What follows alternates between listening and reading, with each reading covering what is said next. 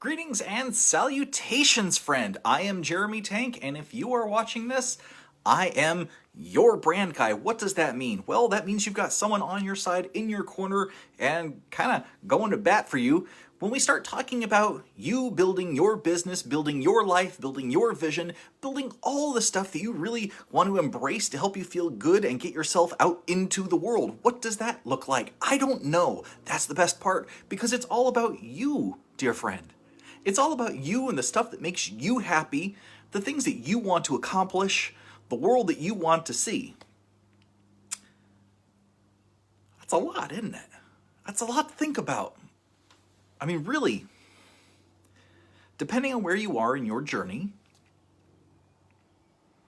if you're working for somebody else, when I'm talking about brand, what I'm talking about is your life. Who do you want to be? Who do you see yourself as right now? And how is that different 1 year from now, 3 years from now, 5 years from now? What is it you want to accomplish? Who is it you want to be? Who is it you want to be to your friends, to your community, to your customers, to your bosses, to your managers? Do you have bosses and managers? Do you take control of your life and make the choice to become your own boss? And then, who are you to yourself? Talked about this the other day, the idea that you don't experience your own identity. Who you are and how you show up in the world is not something you can actively feel, see, taste, experience. Because all of these thoughts that make you you, all of these feelings that make you you, all of the trauma that you experienced in your life that makes you you, they all influence you from moment to moment, second to second. And they drive your reactions, your behavior, your thoughts, the voices in your head. All the different things that really challenge you to be a human being. All of these things influence you. The goals that you have, your parents, how you were raised, where you were raised, languages that you speak, surprisingly influence you deeply. Words are powerful, images are powerful, all of these things, whatever you were shown, and the feelings you associated with all of this affect you here and now. Yesterday I talked about the idea that when we talk about quantum physics, there's not really a timeline in this traditional sense. There is a timeline in the sense of we can examine and view in our lives what we have experienced, the things we've done, the people we've talked to, what life is like, and that changes us in every single second, who we are and what we are doing. And it's important that we understand that where we came from, what we've done, we are just like seeds growing up into the flower. Right now, you're a flower. You're beautiful. You're wonderful. You are doing exactly what you are meant to be doing, whatever that is. And you continue to take those steps. But in the traditional sense, there's this history. You have this history. It's an experienced history. And the funny thing is that our history, at least the way that I've been brought up, the way that I understand the world, is very much how other people have told me this is the way the world is. My mother was raised Presbyterian. My aunts and uncles, some of them still go to the same Presbyterian church in Scottsdale where their family have always gone.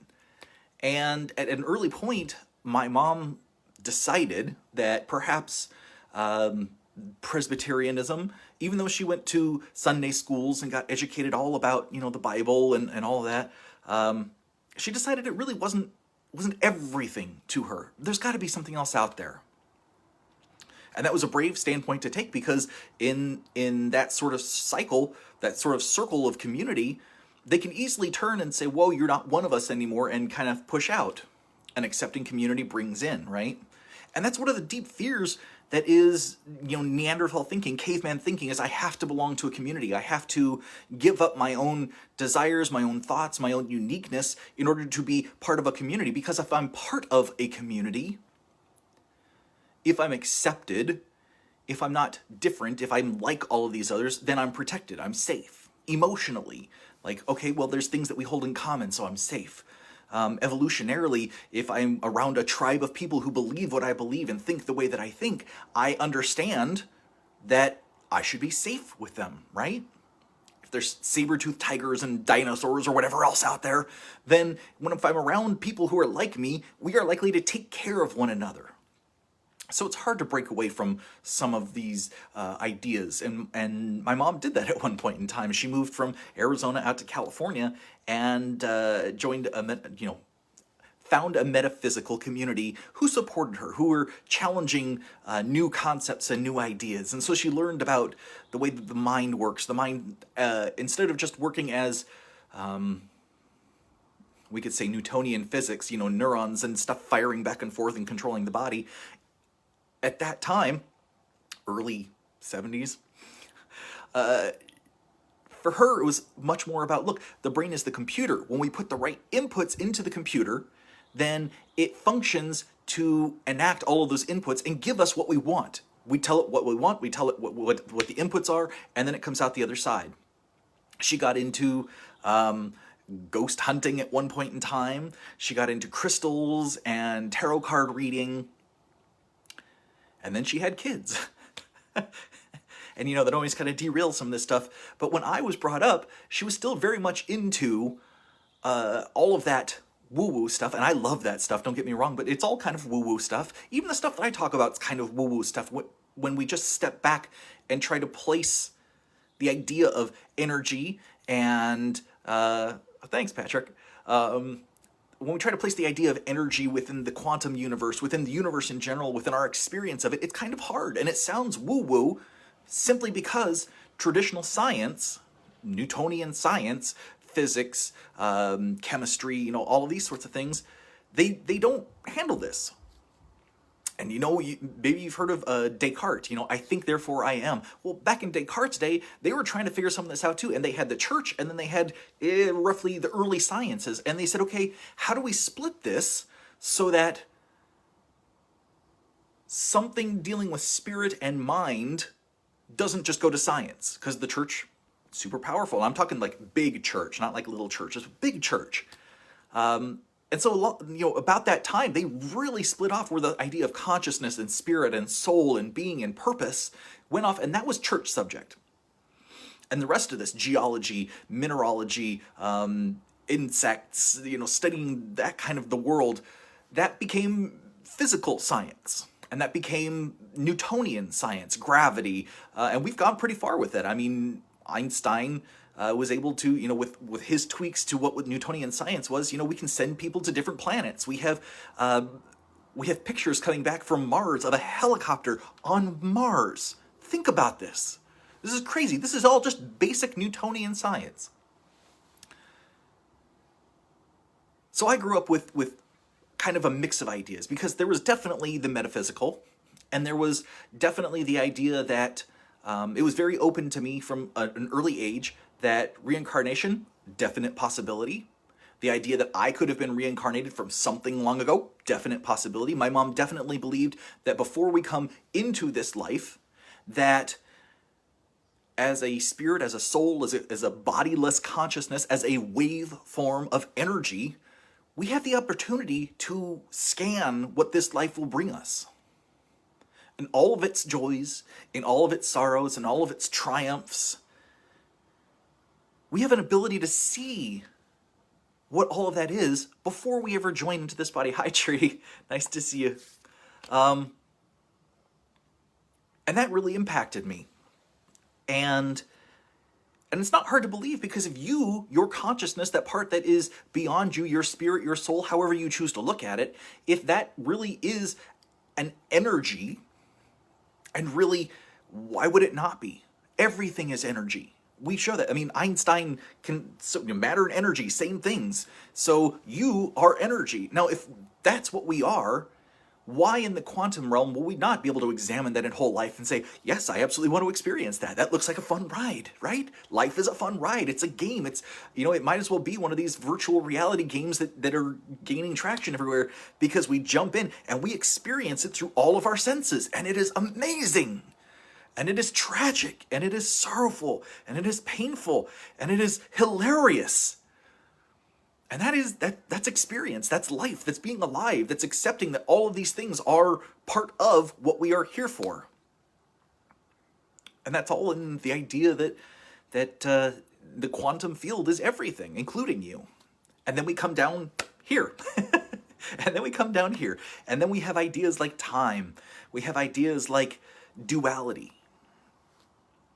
We have ideas like the past, the present, and the future.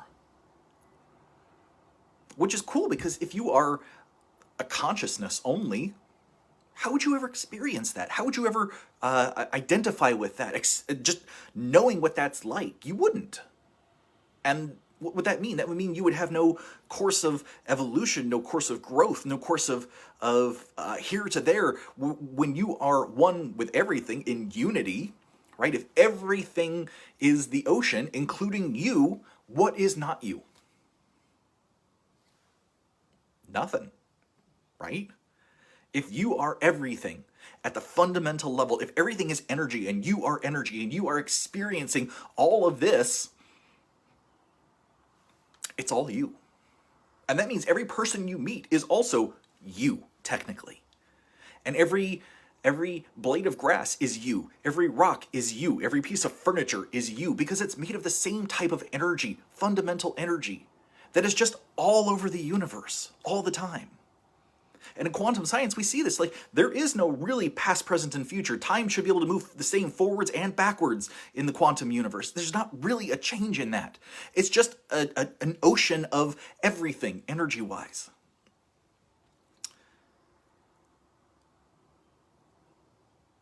So that's where we start to see a little bit of that duality, because that particle, which is us, right? We see, we experience, we observe, and through observing, we are observed. We are creating. We are when we see these waves of energy through our senses, they relay neurons back to us that determine to show us what's there. And it turns out that we actually control a huge portion of that.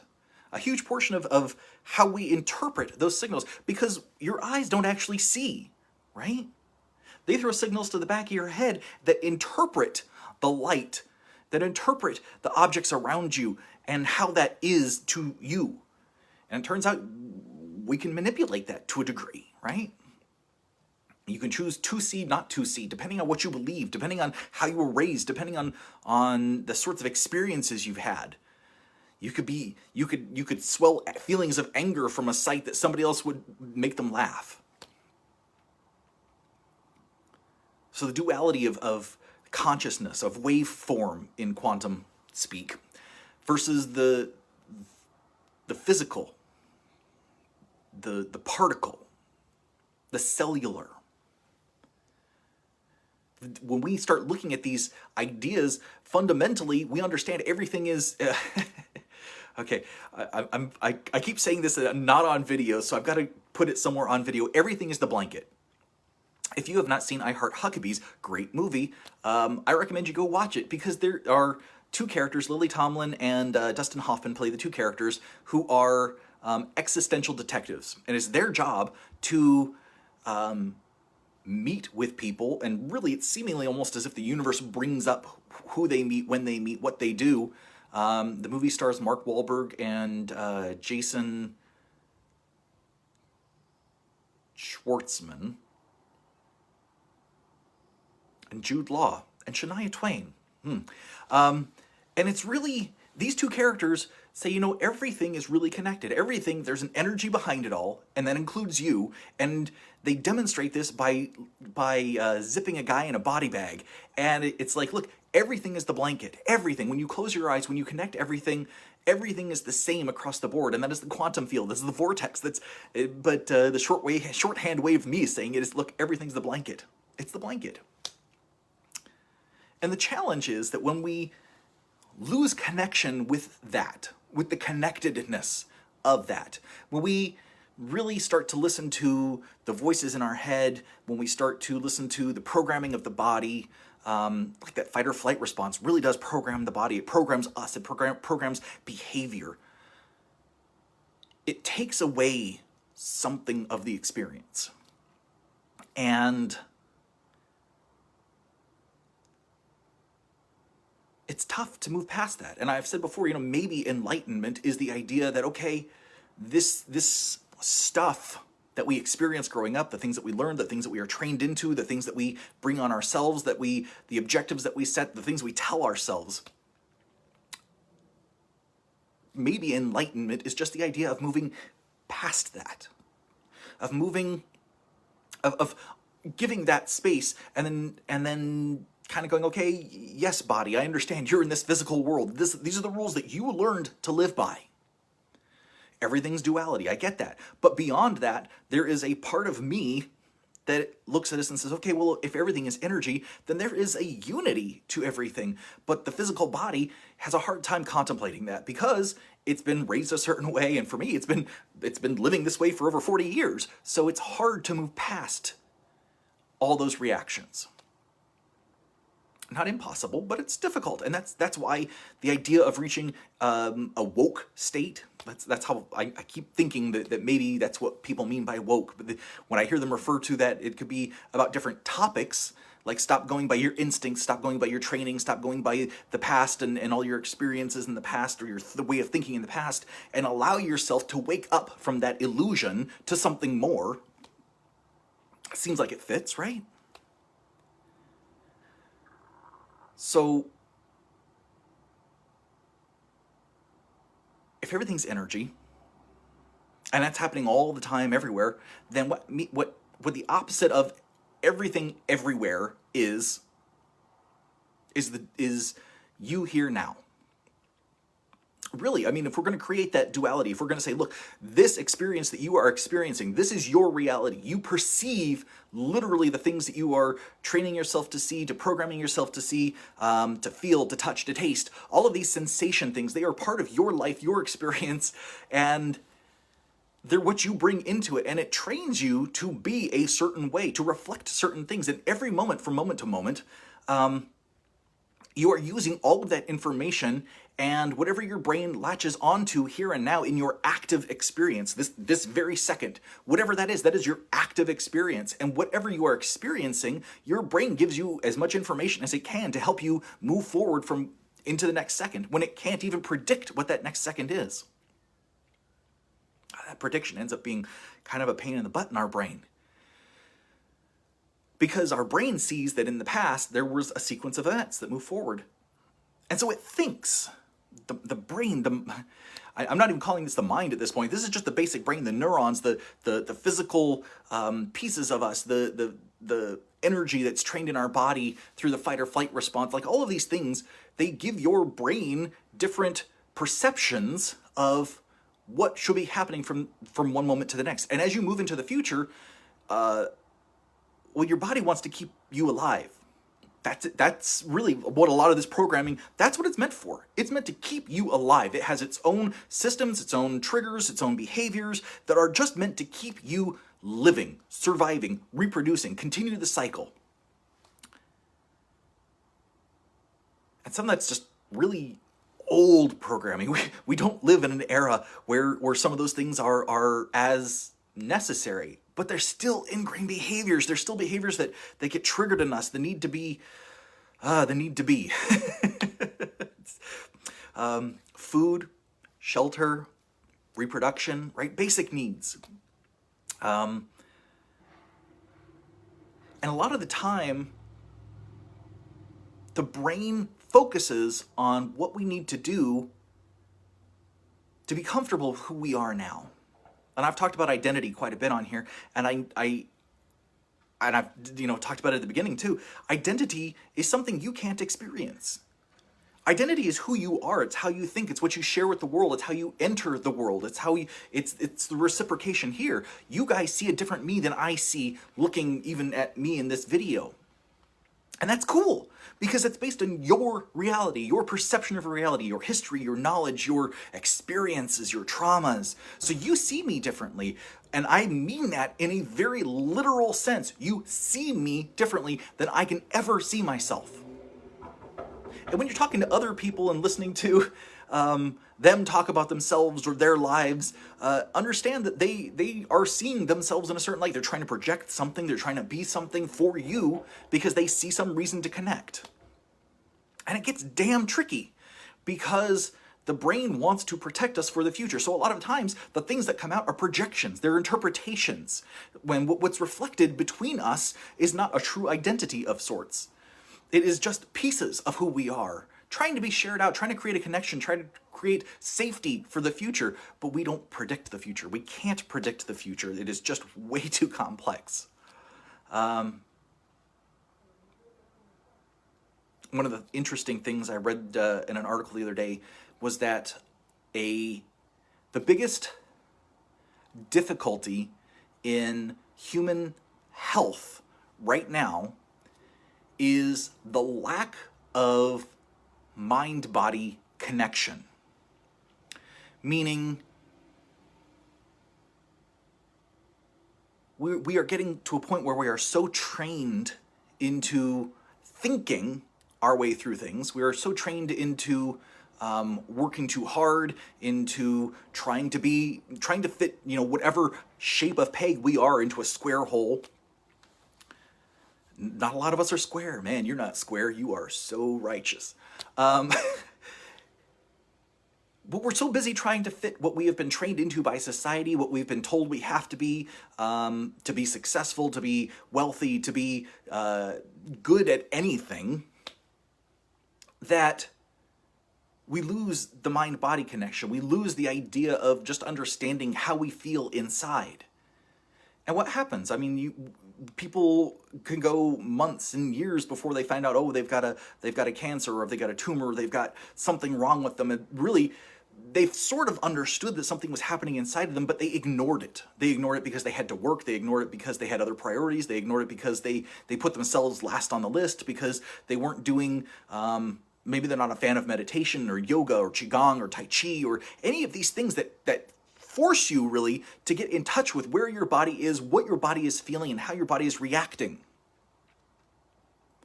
If you're going to be part of this human experience, if you're going to be a human being, just moment to moment being you, you should probably pay attention to some of these pieces of you that are working. Especially if we start to look at this fight or flight response and all of the different triggers that happen within us on a protein level, on a cellular level, on a subcellular level, on a vibrational level, all these things that shift and change who we are in the now and moving forward, right? I talk about this quite a lot. Alan Watts called people basically gorgeous trees. You start out growing, and then, maybe a storm knocks you over, maybe you get hit by lightning, maybe there are bugs, maybe there are other things, but it doesn't matter, because you as a tree keeps growing, and as you keep growing and getting stronger and pushing through all of the challenges, you have blossoms, you have your arms stretch out, they have this gorgeous canopy, and you just keep going. And no two trees are alike. No two trees experience life the same way. And up here in Washington, I love it because I can go out for a hike and see trees that have completely fallen over, and out of their trunk are climbing 2 or 3 other new trees from that tree. Life springing from life. And it's a great reminder that you are not separate from life. You are life. You are part of this cycle. You are part of the energy of the earth. You are part of the energy of the universe. You are the physical embodiment of the quantum possibility of what can be.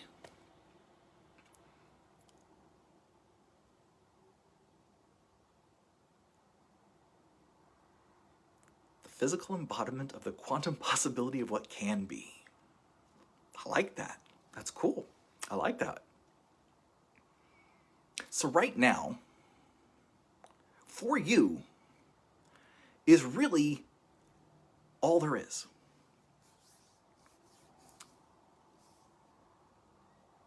When I was a little bit older, my mom took me to Presbyterian services.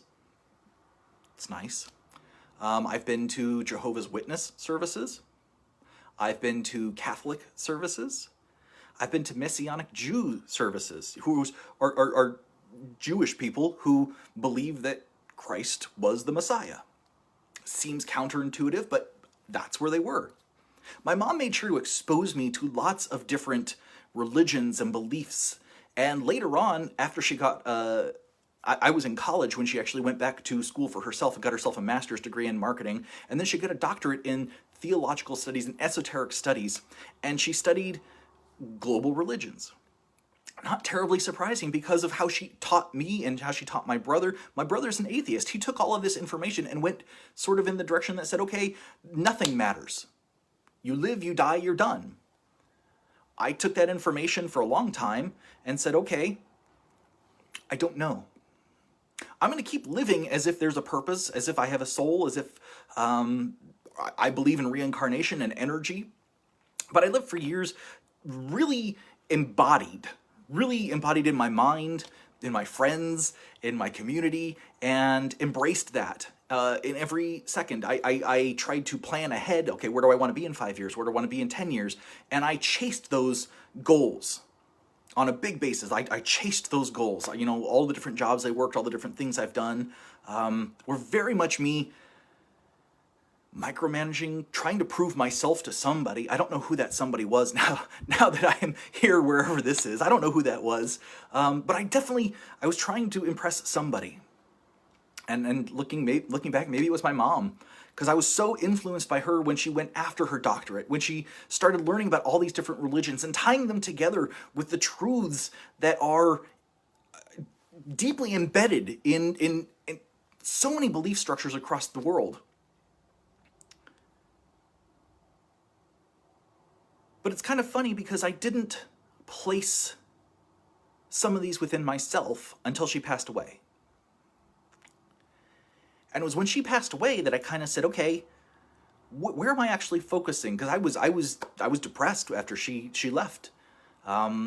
She and I had a great friendship. I loved to drive up from Phoenix up to Dewey, where she was in Prescott Valley area, and I would play with all of her beagles, and then we would have dinner sometimes, and then we would just sit for hours and talk about the things that she was learning, talking about the Council of Nicaea, talking about Buddhism, talking about Muslim, talking about the Tao, talking about Wu Wei, talking about all of these concepts of life and being and becoming. Right? What are we becoming? Well, Ram Dass, be here now, says that it doesn't matter what you're becoming. You're going to become what you're going to become, regardless of how you do it. So just be here now. So we had all these conversations, and I think a lot of it just lingered in my brain for a long time and kept spinning because I was busy working and doing the corporate thing and doing the things that I thought I was supposed to do to make me happy. And when she passed, it gave me a new ability because at the same time I was getting my master's degree, so I was really doubling down on what design meant to me, relearning how to love the idea of designing something. And I'm not talking websites or logos or any of that. I mean the idea that there is an outcome somewhere, and if there's an outcome, if there is that outcome, that means there's a path to get there. And that design is just saying, how do we find that path? And a lot of times it's just reverse engineering, right? So I fell in love with the idea of design, human-centered design, relatable design, communicated design, things that help people in a way that we can control and really bridge that gap.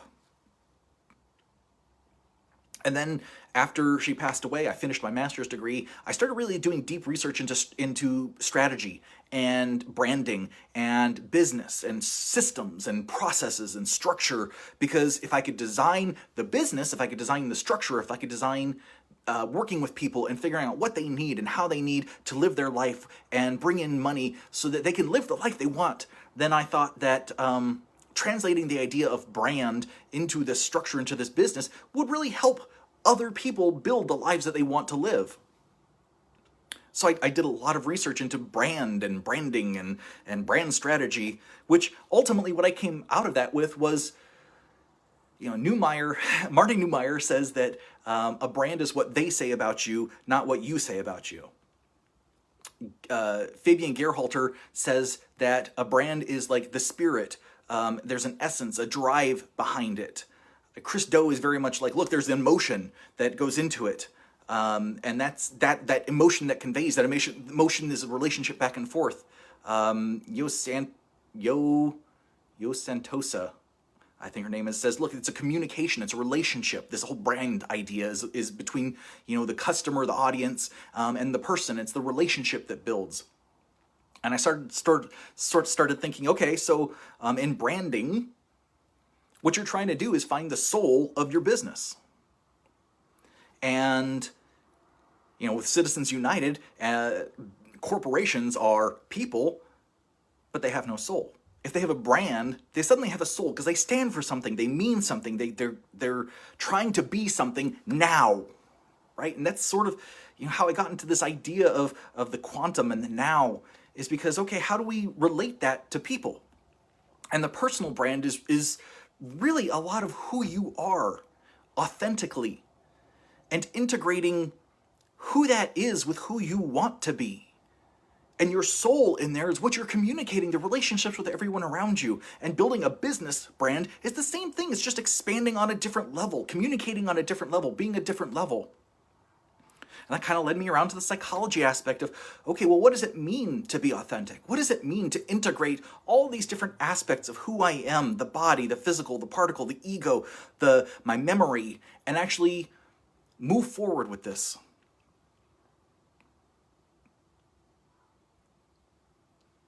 And that's kind of how I've taken this weird trip around through branding, through identification of design, through psychology, through woo-woo, to come around to all the stuff that I'm sharing with you guys.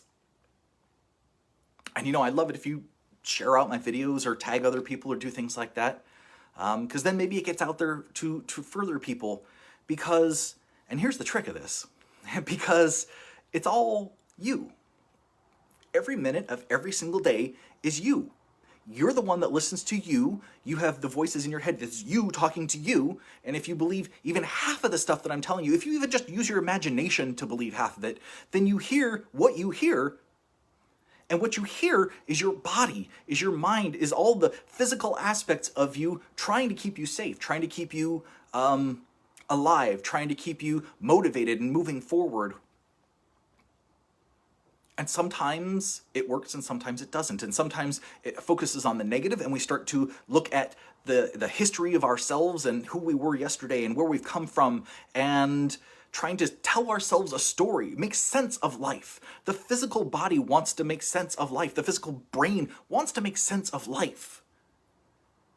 In duality, what is the opposite of making sense of life? Just accepting that life is, that everything is us, that day in and day out, it's perfectly fine just to be and exist. It's duality, wave and particle. So one of the interesting things that I want to share with you today, and this is how I'm going to wrap this up today, is the idea of choice. Because a lot of times, the stories we tell ourselves prepare us and give us a foundation for what our brain thinks we need to know, what we think we need to be in order to proceed into the future.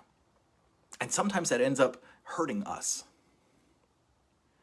And I want to introduce you to a word I'm pretty sure you already know, but give it a try in your life and see if something changes inside of you. Give it a good solid, few weeks to try.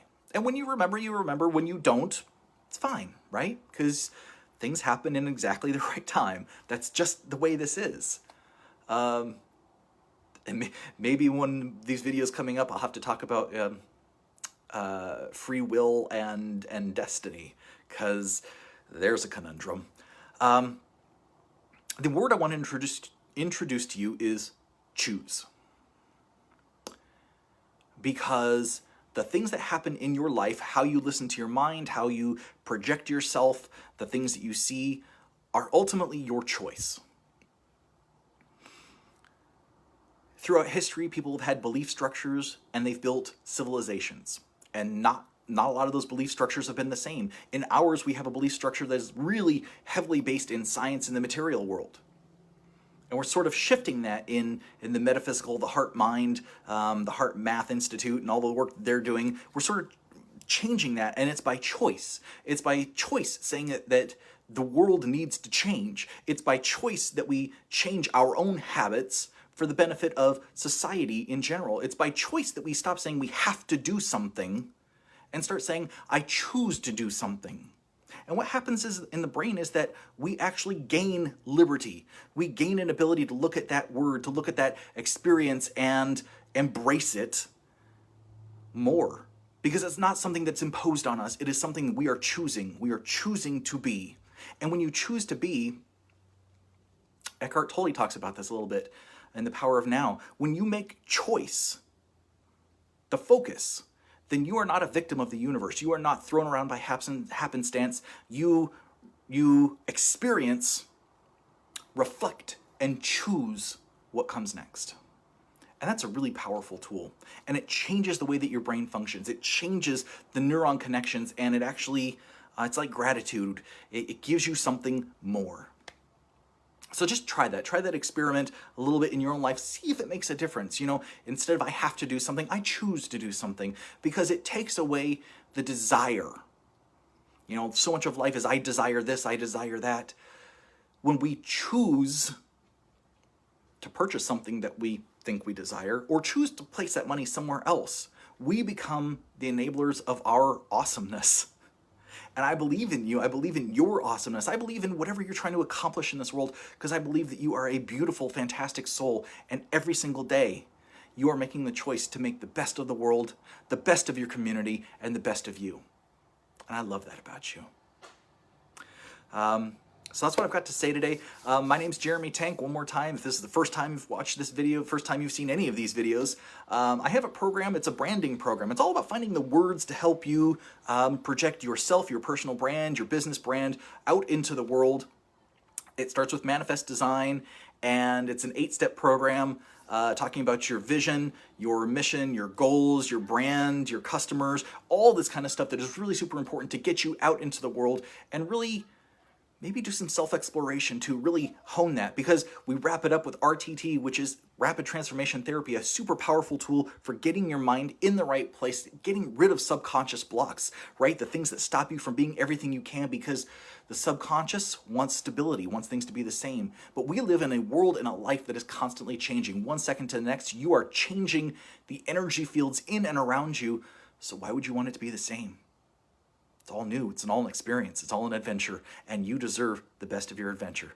Thank you so much. Love you. Bye.